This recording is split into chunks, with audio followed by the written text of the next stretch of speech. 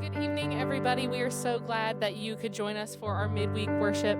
And wherever you're at, if you're in your home or in your car or in your bed eating some snacks, we want to invite you to worship with us wherever you are. We're going to sing tonight. First, we're going to kick off with Follow You Anywhere, and then we're going to sing a new song that we introduced this past Sunday called The Blessing. So we hope that you'll worship with us from wherever you are.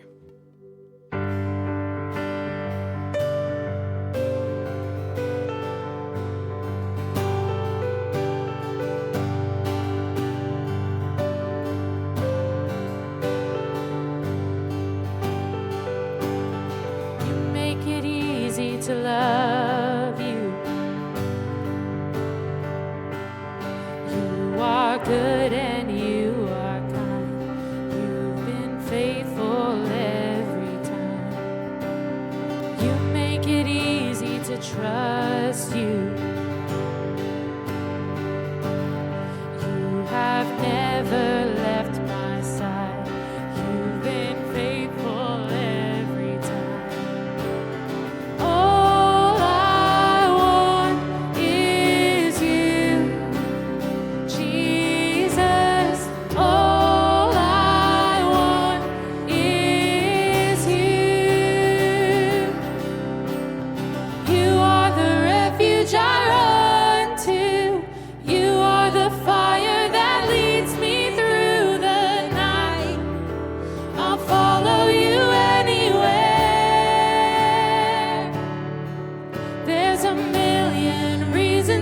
Trust you, nothing to fear, for you are by my side. I'll follow you anywhere. You make it easy to trust you. You took my place upon the cross.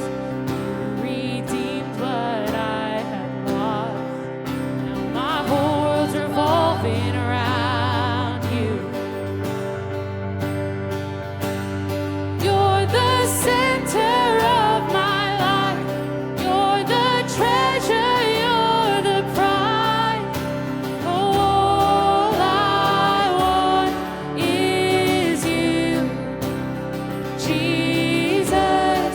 All I want is you.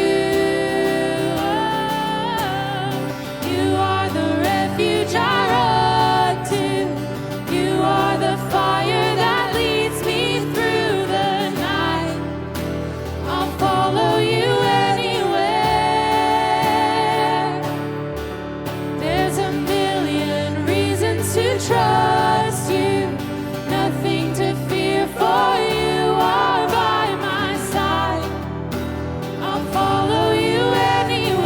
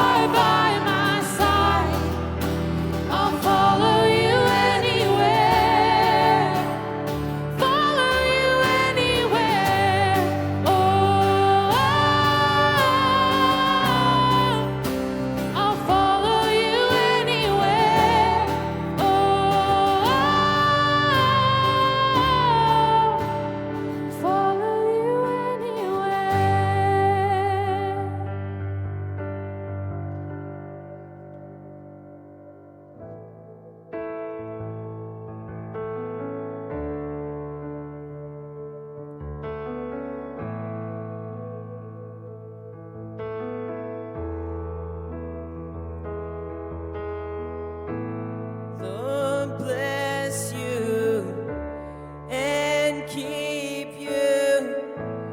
Make his face shine upon you and be gracious to you. Lord, turn his face toward you and give you peace.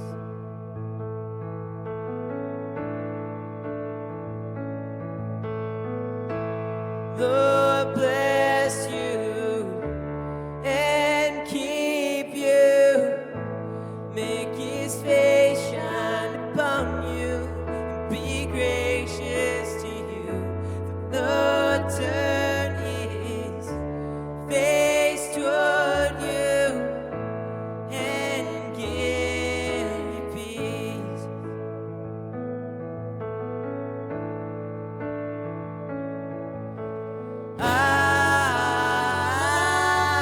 Amen. Amen. Amen. Amen.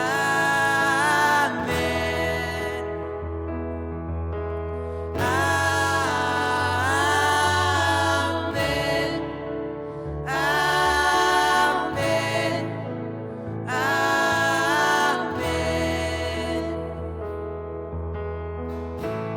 Lord bless you and keep you.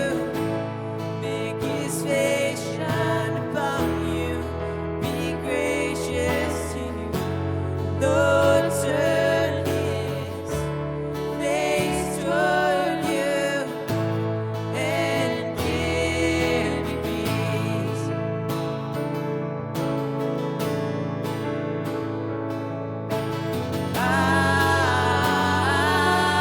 Amen.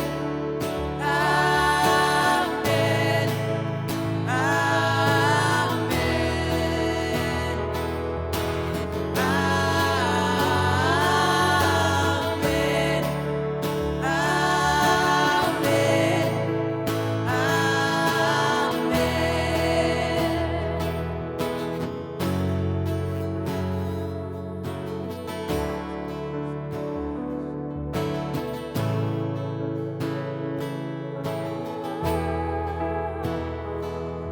His favor be upon the 1,000 generations, and your family, your children, and their children, and their children. May his favor be upon you, and the 1,000 generations, and your family, and your children, and their children, and their children. May his presence go before you and behind you and beside you, all around you and within you. He is with you. He is with you in the morning, in the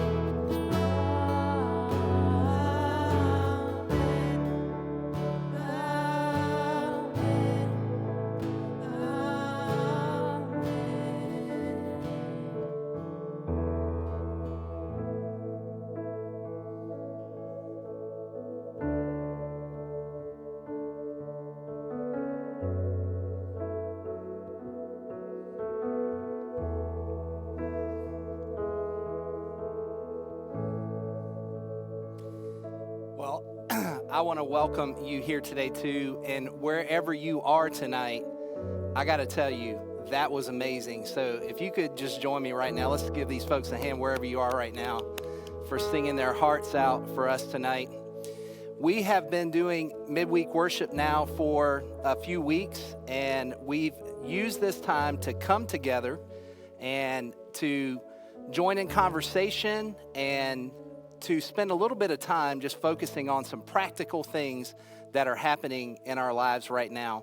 And today we're going to have a frank conversation about being parents, being Christians, and being homeschoolers, and even though we were planning not to be. And I got to tell you, I'm really excited about a couple of special guests that I have here tonight. I think this is probably the first time that we've been able to do something together. So the last time we did this was First Steps, when we were both serving in First Steps. So my wife, Michelle, is here with me tonight, and I'm just thankful for that. We have 2 kids at home, and we're parenting and navigating this stuff just like you are. And I got to tell you, just being honest, we're not doing a great job of it. No, so Bryan came home today, and I told him to make sure that I took the laundry out of the refrigerator. That's where That's day a true story. has been today. That's a true story. And here's the thing, I didn't question it because it's not worth the questioning. We are all navigating some really hard things right now as parents, and in the middle of a pandemic and crisis. And tonight we're going to talk a little bit about that. And our second guest tonight, I'm really proud to call this man friend, and also proud to have served with him in Power Jam and some other places. You might know him as the world-famous Sam Shovel, Bible detective. He's part of our campus here at Powhatan, so if you don't know him, I'd like to welcome Matt Morin. Thank you.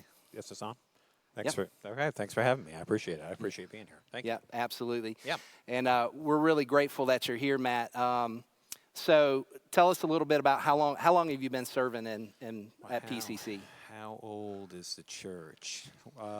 We walked in the doors on week 1, actually, at the invitation of a friend.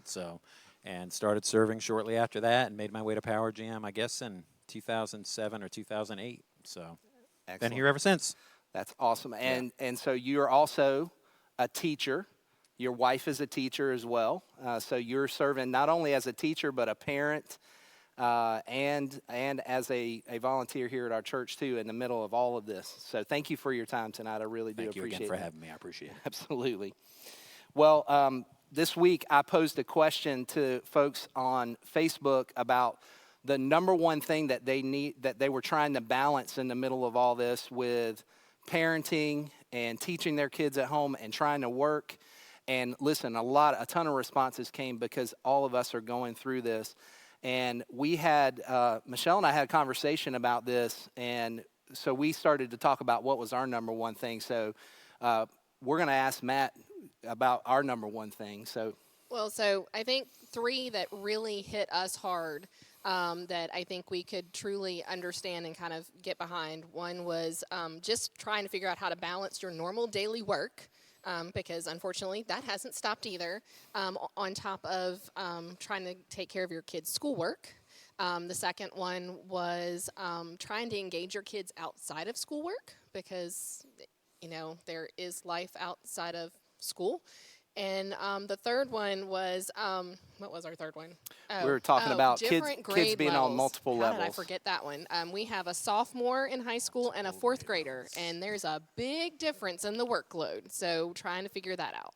So Matt, our number one question I think is what are some ideas that you've got for how do you handle that huge age gap difference in grade levels?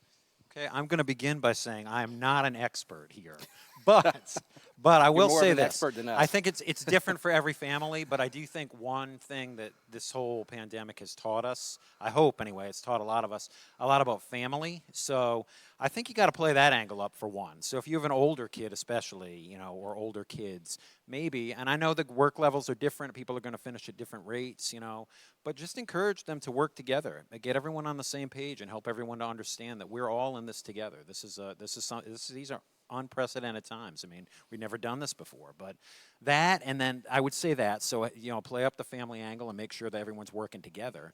But I also think, stagger the times that you begin with them. I think there's been a lot of tears shed and maybe some bloodshed as we've begun this whole process. Yes. But it is going to get easier. And I think staggering when you begin, go over what's expected with this kid, and then 20 minutes later, go over it with this kid, and kind of work your way through it that way, and then let them drive it as time goes on. If they're older, I mean, obviously it's a little different for younger kids, but let them begin to drive it as they go on. So Matt, I mentioned at the top that you're a parent too, so you're navigating this. Tell us a little bit about your own experience having a student at home right now. What's that like? All right, well, I want to tell you about our day, how our day kind of looks. So this is how the day gets balanced, right? So I wake up, it's prayer, it's Bible study, it's devotionals with Sandy. And then we go on a walk together, and we usually go for a while. And then about 9 o'clock, we begin our school day. And that's from about 9 to 3, fielding calls, taking questions from parents, doing clerical things, having Zoom meetings. Everyone knows what Zoom is, I hope. Yeah. Oh, yeah. We're finding We out. do now. We sure do. But anyway, so about 12 or 12:30, this wonderful magical human being known as Thomas Morin, our 17-year-old, he shows his face and wakes up. And about 1 o'clock, he'll begin doing his work, and it's been good for him because he has to kind of have a plan. So after that, it's a little bit of me time. Everyone kind of goes to their separate corners for a bit and takes a little bit of time, play the guitar, do a puzzle, and then we end the evening together as a family, which is really kind of cool. We spend time together and kind of decompress and just spend time enjoying each other. So I think this is important. The reason I ask is there are a lot of folks who have teenagers at home. In fact, I spoke with a dad just before this who said his kids are navigating this really well, especially with the work aspect of it. But there's also a loss of kind of structure in their day. And so I kind of have this I guess, idea in my mind about how teachers have worked, how I think they work. When you're at school in a normal day, you're dealing with a lot of personalities and a lot of different kids and a lot of different capability and lack thereof in some cases. And so I wonder, how would you communicate to parents right now who are trying to build some structure? What's the structure look like in a normal school day? Is there anything we can learn from that? I think structure is a great thing, and I think, working your way into trying to get the students to know what they're doing. I mean, parents, I was telling somebody a parent this morning, that you're their safe place. Like, you're your kid's safe place. So there have to be some parameters, there have to be some guidelines, and you have to get them on board with that, understanding that you're not just a safe place that they can fall apart on or you could bounce, kind of push back on.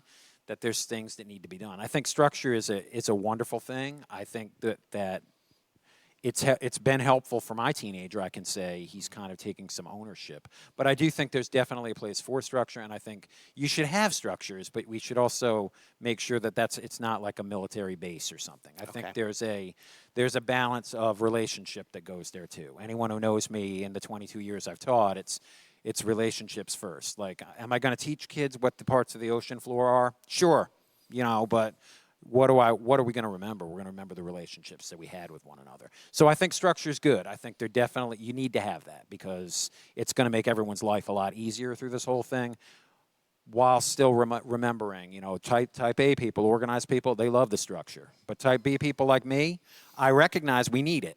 But I think, I think there's going to be hiccups on the way. You have to just bear that in mind. Otherwise, you can be disappointed real quick. So one of the things that Michelle and I wondered about is in a normal school day, is it all learning? I mean, is it wall to wall learning? And I know a little bit about you, Matt, so you have to tell the truth here. Okay. Some people would say wall to wall learning. Okay. But not this guy. No. Okay. No, it's relationships all day long. It's what they're going to remember is the fun that you had, how you presented the material. Again, it's different for parents because parents aren't necessarily gifted to be teachers, as we've seen a lot of Facebook posts that show that, and not everyone's gifted to be a teacher. Yeah. But it is. There has to be a time out just for family fun, like just taking a minute and just saying, you know what, let's just put this aside for a little bit. Let's do something together as a family. Let's just laugh. Let's just, beam your kid in the head with a water balloon and see what happens one day, just for fun, just as a what if. Just Not that happens in the Morin household, apparently. No, probably not. No. I think that's really helpful, Matt, because one of the things that I have seen in the responses to posts and everything is, in our normal day, all of us are gifted in a certain way. Some of us are gifted for the job that we have or a specific skill that we have, and I think we're all realizing how powerful a gift being a teacher is at this point in time, and realizing that we're not that at all times. So one of the things that you and I had a conversation about is at what point, what amount of effort should I be pouring into this every single day? Is there a point where I should be pushing my kid as far to the limit as I can?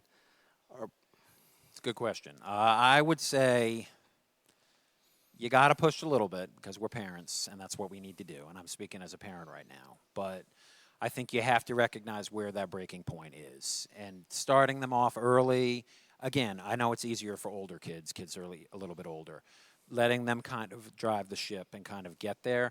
But I think if you push too hard, you have a real possibility of losing them. So there's going to be days, again, there's going to be hiccups, and there's going to be days where you just have to say, you know what? Put it aside. We're going to have to come back to it. You're going to have to put a pin in it and come back to it later. And there's nothing, I don't think there's anything wrong with that. Yeah. So what you're saying is do your level best.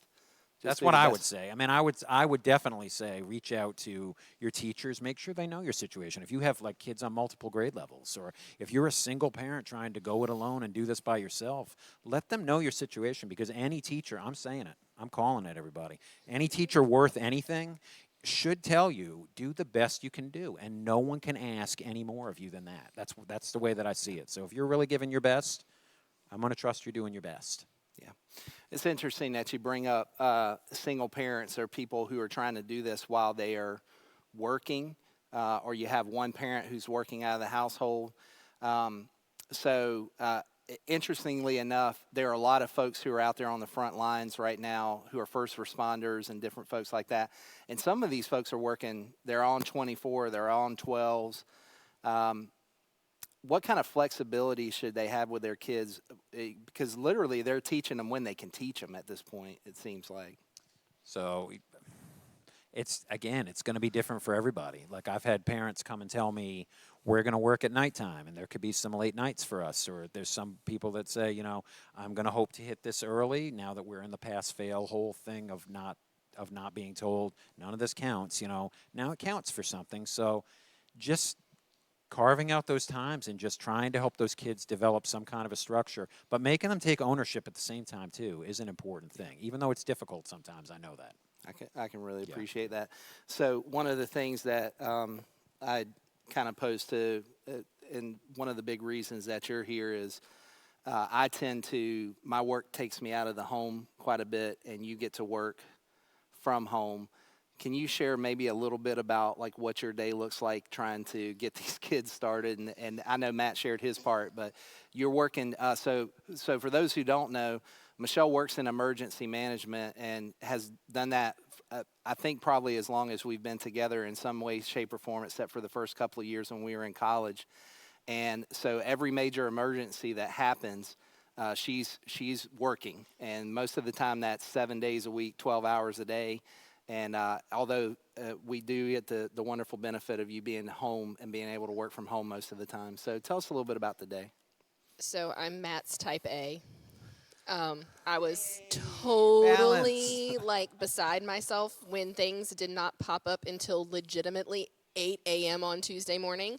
I'm sure there's some other type A'ers out there that probably were having the same conniption fit I was, because I was up at 8 a.m.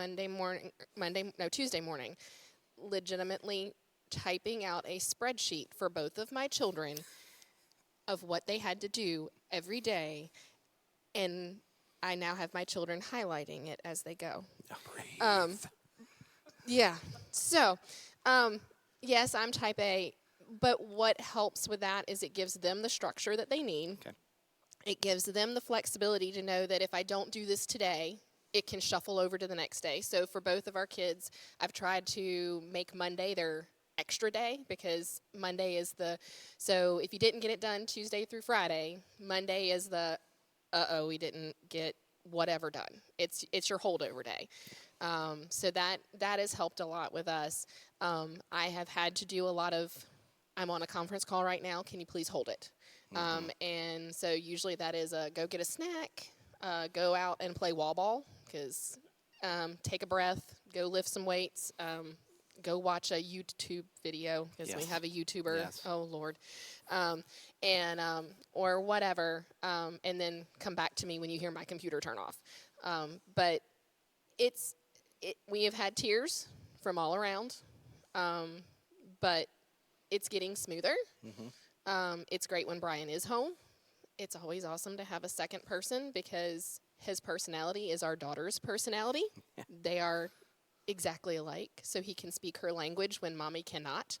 Mommy is like, yes, it needs to be done this way, and she goes into tears and loses it. Daddy can come in and pat and love and fix, and but it is hard doing it by yourself, but it's getting smoother. And I think as we go farther and as the kids get used to it, because part of what they're both missing, I think more than anything, is the social aspect. Sure. They are missing their friends, their activities, and that is really hard on both of them. Yeah. I think one of the things that we tend to think about, I do think about my kids a lot when they go to school, when they're off at school, but I have this beautiful level of trust with the teachers that have them. I'm not worried about them. And now, because we interface so much, we had a plan to start off with. The plan was, I'll educate the young child, because we snap up and they are the same person. Yeah. And but that was when this was a 2-week thing, and now it's not that. So Matt, I just kind of want to end here, because to be honest, there's so much we could talk for hours and hours, and we're not going to cover every question. And I'm going to offer some resources here on our group pages over the next couple of days for some parents. There's a big part of this that we haven't really touched on, but it's important. As Christ followers, how are you looking at this situation and navigating as a parent and as a teacher right now, working at home and parenting your own child? What are you leaning on now? I'm trying to just see this through the lens of Jesus. I mean, really, I know that sounds trite, but it's the truth. I mean, I think beginning every day with prayer, and just making sure that I'm praying and talking to God all day long. Bible study. I'm meeting with a group of guys now, a group of brothers now, which is what a great opportunity. Something that God has totally provided me with.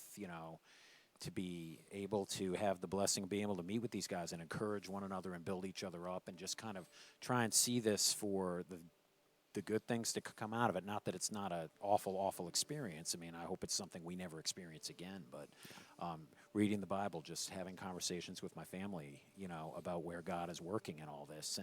And I'm going to say it, I'm making a plug, small group. I mean, I love my small group. I look forward to meeting with them every week, and I look forward to talking with them every week, and just, bouncing things off them, just, being able to do life together through this.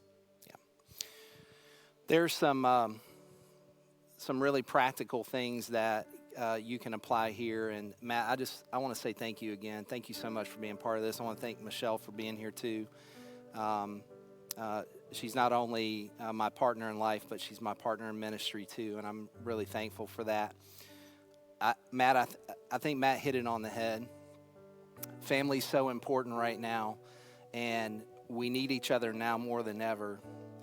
So in our push to make sure that we get the work done, and we help educate our kids, and we help keep them on track, you can't forget that you're a parent first, and that you need to love and care for them and nurture them, but also let them know where your focus is. If you are the parent of a teenager like I am, he's trying to figure out his own faith right now and what that really means to him. And the best thing that I can do, I think that we talk about this a lot, is reflect what our relationship with Jesus looks like and let him see that example and start to make those decisions for himself about what his faith is going to look like. And I think no matter what age your kids are, spending some time focused and reading, praying together, even if it's a short prayer to start your day and end your day, is really powerful. And here's one last thing I'll tell you. You got to give yourself some grace. There's a lot of anxiety right now, and we all feel it. Nobody is immune from this. No matter how strong you think you are, there's some anxiety about everything that's going on, and are we doing enough? And man, am I good enough to pull this off? So I wanted to share just a couple of verses from 2 Corinthians in chapter 12 where Paul writes this. It said, "But he said to me," this is God talking to Paul, "My grace is sufficient for you, for my power is made perfect in your weakness. Therefore, I will boast all the day more gladly about my weakness, so that Christ's power may rest on me. That is why, for Christ's sake, I delight in my weaknesses. For when I'm weak, I'm strong." As we sing this last song, think about giving yourself a little bit of grace and a little bit of room. And remember the things we talked about here tonight. And of course, we can't cover everything. There's going to be some more resources for you. We can point you in a lot of different directions, but here's the thing. At the end of the day, you can rest on this. When you feel like you don't have it, God's still there. When you feel like you need a little extra push and a little extra strength, He's right there with you. He's in the middle of this with you. So I'm going to pray for us, and then I'd ask you to sing this last song with us. Would you pray with me? Hey, God, we're thankful tonight for trusting us as parents and trusting us with special gifts, whether that's being a teacher or an emergency manager or a grocery store worker, doesn't matter. We thank you for that tonight, Lord, because you gift us all to make the world go round. And we're thankful, Lord, for family and for the love that you show us. And so, God, as we gather here tonight, there are a lot of things that are on our mind and questions that couldn't get answered in just a few minutes as we spend this time focused together. But God, you have the answers. You may not give us a A to B plan, but you're there for us. So God, help us to show each other grace and give ourselves grace the way that you would, and to love each other the way that you would. We pray it in the name and in the power of Jesus. Amen. You are love. You bring light to the darkness. You give hope. You restore every heart that is broken. Great are you, Lord. It's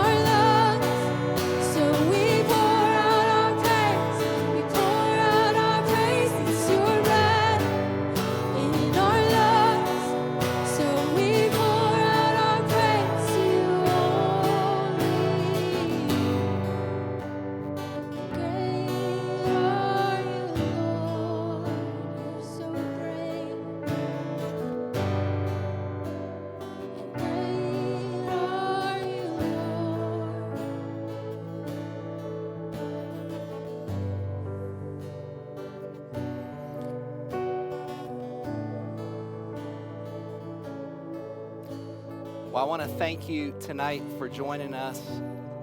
We're hopeful that this conversation helped, and we want to invite you to join us tomorrow morning for daily worship on Facebook at 7:30, and also Sunday online as we start a new series, Overcomer.